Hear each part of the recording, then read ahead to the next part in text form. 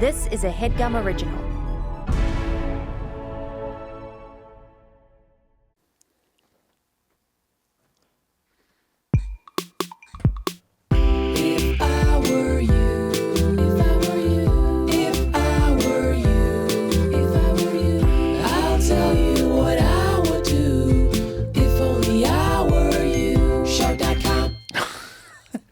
Guess what? Yeah, what? Fuck you. What did I do? We were enjoying the song. We were dancing. We were nodding. You're giving me thumbs up the entire time. Then you do a weird dance move and double flip me off. The big double fuck you for that. Why? I thought you were gonna flip me off, and I got so red with rage that I'm like, I gotta beat him to the That's punch. the craziest thing. I was like, maybe I'll do a dance move and flip him off. But the fact that you didn't means that I got it ahead of you. Yeah. So fuck you.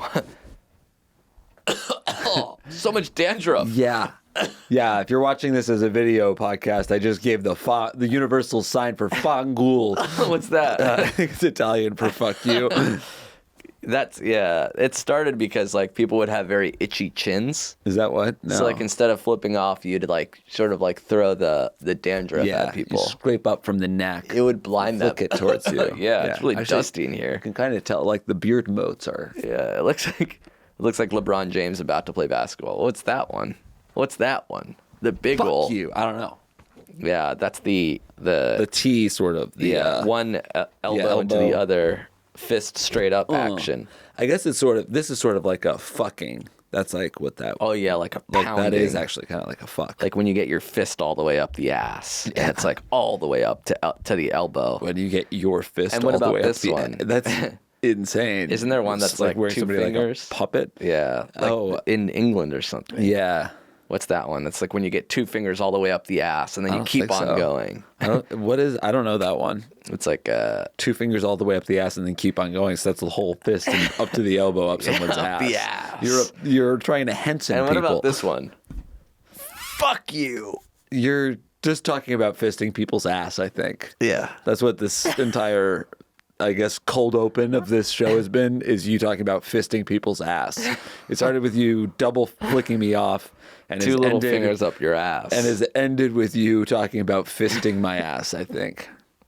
How far we've fallen, man. I forgot we were doing the, I forgot it was being videotaped. Right. So I'm sorry, but hello, welcome. You're still describing everything. So welcome. Ew. So like, imagine I went up your ass and I'm giving you the hello. Just like the viewer at home, imagine I went up your ass. Yeah, so up the ass and then I'm doing the, what's it called, Miss America. Yeah, the pageant wave. Yeah, the beauty pageant, but I'm still in your colon. Right. So it's like this, but instead of my hand being sort of floating someone around like they're a sock puppet. Yeah, exactly, like a sock puppet. Mm-hmm. Thank you guys for watching. This is it. To your last episode ever, I imagine. Let's see it through. Let's see what happens, because I can only go up the ass from here. These are real questions from real people. We're going to give you a bonus Thursday video episode because that's what you deserve. That's right. As a patron, this one is more of a debate than an advice question. Oh, okay. But he wants to know where we land on this. Got it. Longtime listener, first-time writer writes, what's a bread-themed name? Rye. That's cool. Rye writes. Rye rides. Damn. I wanted to get your... Ew. Sorry about that. Yeah. I'm not sorry for the ass thing. Like a Lady Gaga song from, 2009 that you just parodied in a bad way. Rye.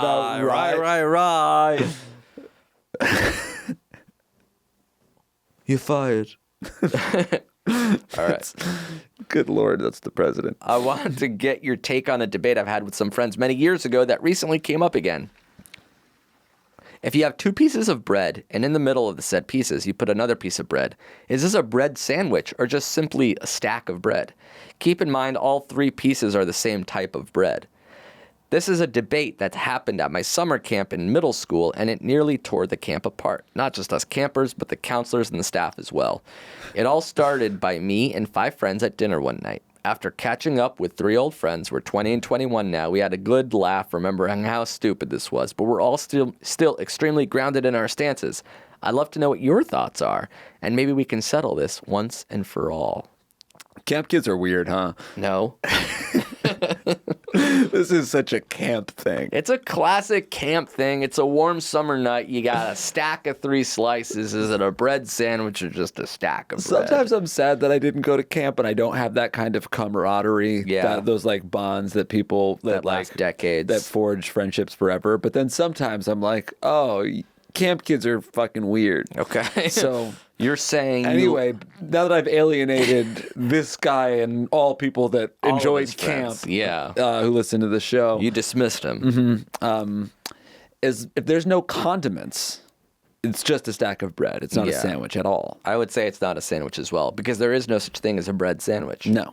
That would mean a sliced loaf of bread is a bread sandwich, Yeah. which nobody ever calls it that. No. You'd also would never eat a bread sandwich. The thing, Even with condiments. right? And if it's 3 pieces of bread, you have a club sandwich. There's a name for that. Yeah, but then there's other But it's shit. yeah, you need the other stuff. And so if you don't have a club sandwich, then you just have 3 pieces of bread. It's Are not a sandwich. club sandwich is always triangular? Like, have you They're ever always seen like a triangular. regular? There's always a toothpick. Yeah, you need cut the into, toothpick. They're cut into triangles, and they're each stacked with a pick. Why is that? Well, you cut a sandwich with 3 pieces of bread, and You need the pick. You need the pick, otherwise it has no structural integrity. It's too tall. That's a dangerous That'll pick, fall. though. Sometimes the bread expands to almost the entirety of the pick. You don't see it. Yeah. That's got to have cut people up in the past. yeah. It's nearly happened to me. It's Yeah. nearly happened to me. Over at Alcove, that's a place that you get a good club sandwich there. The interesting thing about club sandwiches is that, like, I love everything on a club sandwich, except I don't need the 3rd piece of bread. Yeah, why do they add that? Like, I just like a turkey sandwich with It's just a with BLT. bacon. Yeah, that's great. You don't have to have more bread. What makes a Was it- turkey BLT a club? Is it just the shape of it? Or the 3rd piece of bread? I think it was like a style that it was served at a club as like a finger sandwich with the big triangle and the pick and That's cool. and the too tall stack. You're getting of chips meat. on the side or fries on the side or maybe some rice. There's a rye bread with rice and fries on the side. You're holding a gun to the teller. Let me get a rye bread and some rice and fries on the side. I'm at the clubhouse talking to a caddy. I just did a back 9 and now I want some rice and fries and bread on the side, right?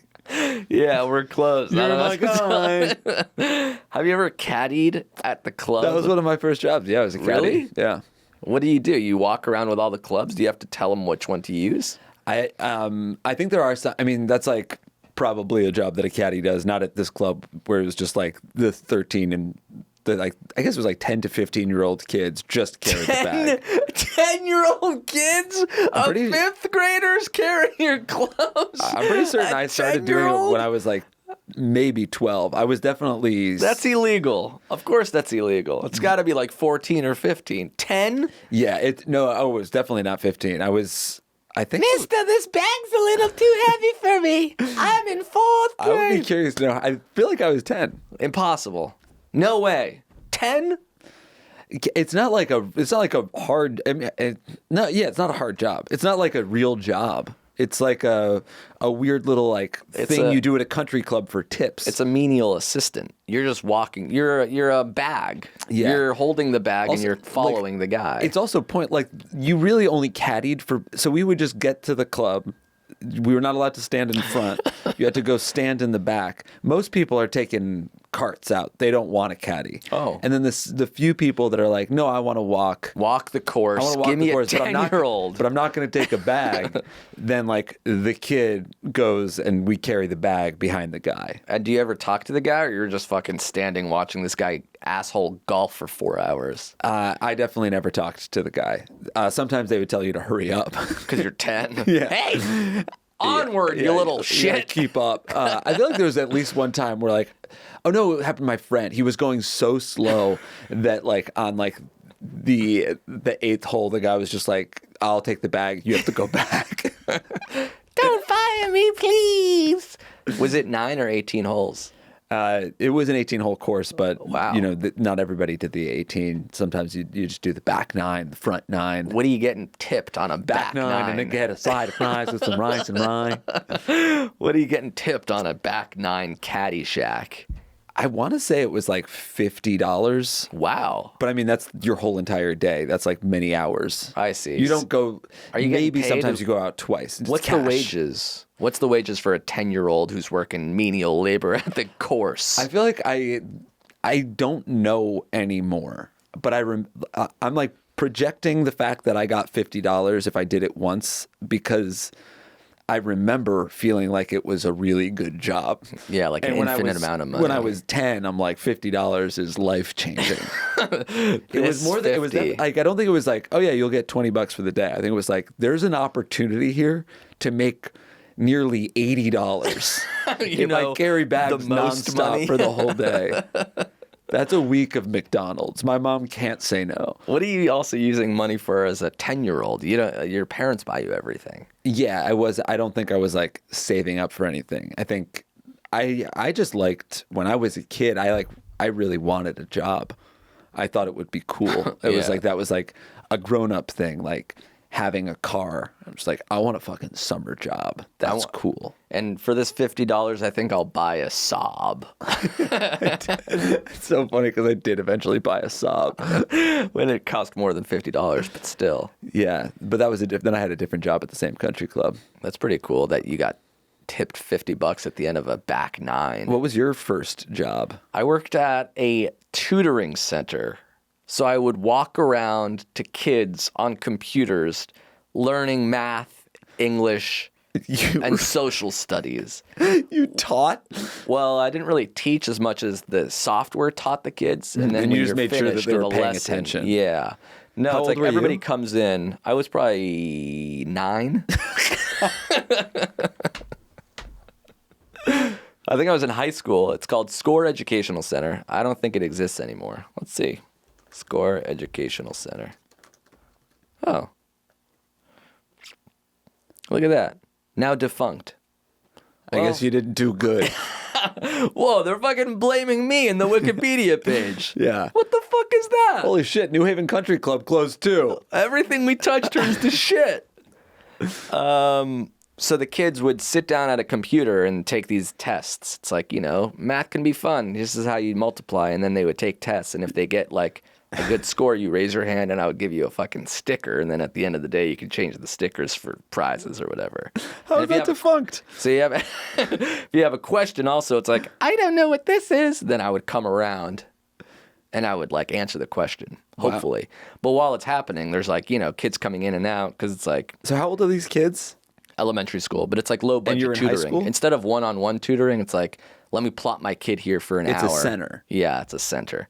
I wonder why they closed down. Because you can do this shit at home now. Yeah, I guess you could just do it online. Yeah, did you ever have like educational software on your computer? I remember like typing programs like Mavis Beacon teaches typing. I remember like we had like games like Math Blaster. We had like PC games where you would answer questions and right. Yeah, They try to trick you into like doing math. That kind of thing. Never worked on me. As of January 2008, SCORE operated 80 centers in 8 states. But revenues declined 40% in 2009. Due to one negligent intern. He gave away stickers. The whole thing came down like a house of cards because I gave a kid too many stickers one day. And he bought an entire educational center. The jig is up, Blumenfeld. I think I'm ready to cash in. We owe him $12 million. Crumbled around you. Poor upper regional management and internal weak structures led to a class action lawsuit for violating labor laws. I should have gotten cash for this. Yeah, class action lawsuit. You're eligible for that. SCORE employees settled out of court for an undisclosed amount. Oh my God. I'm owed at least 1,000 stickers. I don't want cash. Just give me the fucking magnets that I can cash in for a prize. Anyway, it's not a bread sandwich. Oh yeah, that's right. Clearly not. Thank you to Quip for sponsoring this episode of our show. Oh yeah, baby. You better believe the goat water pick. I'll say it. Yeah, I mean, we are really, really into, what's it called? Oral hygiene. Yeah. Yeah, exactly. We love oral. We're really into oral. Hygiene-wise, of course. Mm-hmm. And the Quip 360 is a bold, simple design that comes in multiple colors and is ultra quiet for a super clean, which is what we prioritize, Exactly. without being super annoying. Mm-hmm. So if you love it, and we do love it, And that water pick, though. yeah, brushing is easy knowing you have a free lifetime warranty for purchasing that Quip. Damn right. How about that? And you could do so at getquip.com. That's QUIP.com for the opportunity to subscribe to Refill Heads by mail every 3 months so you never have to go to the store. Yeah, you got to keep up on your heads. Yes, between the heads and the oral, the hygiene is good. And just for our listeners, they get 20% off site-wide and a free travel case and a countertop stand at getquip, that's QUIP.com/segments. Quip, everybody. Yes, free your mouth today and save 20% site-wide plus a free travel case and countertop stand at getquip, QUIP.com/segments. That's getquip, QUIP.com/segments. Segments. Upgrade yourself from that manual toothbrush. Get the electric you deserve and get the GOAT electric at getquip.com/segments. Thank you to Rocket Money for sponsoring this episode of our show. Oh my God, I love Rocket Money. Yes, what better way to save some cash this new year than by using Rocket Money, which is a personal finance app that helps find and cancel your unwanted subscriptions, monitors your spending, and helps lower your bills so you can grow your savings. That is correct. It's that easy, folks. And don't just believe us, because Rocket Money has over 5 million users that have saved a total of 500 million in canceled subscriptions. It's actually not bad. I feel like I could do a lot with $500 million. Can you imagine saving half a bill, a half B, just in unwanted subscriptions? I would buy a condo. At least, if not two. Right. The average saving per member is $740 a year when using the app's premium features. So cancel your unwanted subscriptions, whether you know about them or not, and reach your financial goals faster with Rocket Money. Just go to rocketmoney.com/segments today. Segments. Everybody, use our code. That's rocketmoney.com/segments. You'll save cash, and you know what? It's 2025. It's time to save up. Yeah. So thank you again, rocketmoney.com/segments. Thanks, everybody. What else we got? Oh, here's a question. Now we're talking about high school jobs. This is a question from high school itself. Cool. Longtime listener, first time question asker. During my freshman year of high school, I had a massive crush on a girl in my English class. We never really talked much. We'll call this guy, what's the main character from Catcher in the Rye? Holden Caulfield. Yeah, Holden writes. We never really talked much. It was mostly one of those silly adolescent hormone-filled crushes. Fast forward to now, I'm 24 years old, scanning through Hinge, and there she is. We match, we talk, we exchange numbers, but it's hard to tell if she's interested or if she just wants to catch up. Here's my question. Should I tell her about my old high school crush on her? Would it be cute? Would this help my cause? Or would it make me sound like a creepy guy who has never given up on a crush from high school? To be clear, I haven't been hung up on this girl since 9th grade. It just so happens she came across my feed. Appreciate the help. P.S. Am I too old to have Jake be my stepfather? He's 24. No, I could be your stepdad. Okay. Yeah. Introduce me to your mom. That's cool. Yeah. We'll see if it works out. That's cool. nice. That's nice. I appreciate that. I like yeah, that. I'm married, but we'll see. He's your son. I don't like to close the door on potential timelines for my life. There is an alternate universe where I'm your dad. Focus on the first question. Okay. I think there's like a world where it plays well, but it's kind of like high risk. And since you've already matched and you're already chatting, Yeah. there's not really a need. It feels like you're flirting, you're good. Let's not deviate from the plan. Yeah, maybe this will be a good secret for like after you guys get together. Yeah. By the way, I had a huge crush on you. Right. I think it has more value being added like if it starts to work out than it does right now. You know, you always think about the ladies you had a crush on. I rarely think, did anybody have a huge crush on me? No. Am I the guy? No, Am I ever like the guy that's you like, were the there's this sticker girl guy that I at didn't the know. closing math tutoring center. I wanted to cash in the stickers. Yeah, like no, maybe there's a girl I don't even remember. There wasn't. I had a huge No. crush on Shmuel that year. no, of and course now I not. came across him on Hinge, and I don't that know would be whether the to first tell time him. anyone's liked you in your 39 Insane years. to think. Yeah, like no. a lady I don't even. Wouldn't- they I wouldn't can't even have. name out of a lineup. Yeah. She doesn't look familiar to me because she wasn't my status. Your status? Yeah. You had status? I was a rich little bitch in 9th grade. And I would walk around like Richie Rich, flaunting my cash. You had a McDonald's at your house? That was the coolest thing that Richie Rich had. He had a fucking roller coaster, and all I cared about was this dude gets a McDonald's in his house. Think about how inconvenient and gross that would be now. Yeah. Could you McDonald's do that? is already really, really convenient. It's hard to go without like passing a McDonald's if you wanted to eat there every day. Could you have a McDonald's in your house legally? Like you'd have to pay employees, sure, and like get Yeah. food, but Yeah, you could, because like I think it's would just be you a- can franchise it. Yeah, right. you It could would just like, be a I'm gonna- McDonald's that lost a lot of money. a private McDonald's. That's cool. How much Yeah. would that cost?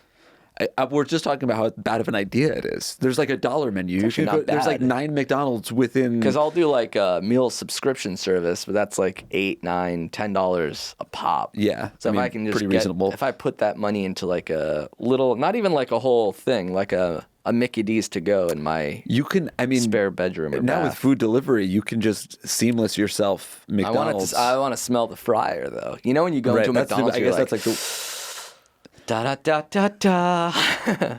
Like to have that at I'm your loving house. fries. And rice. Fries and rice On a with side a of side of rice. rice. Tell this girl not yet, right?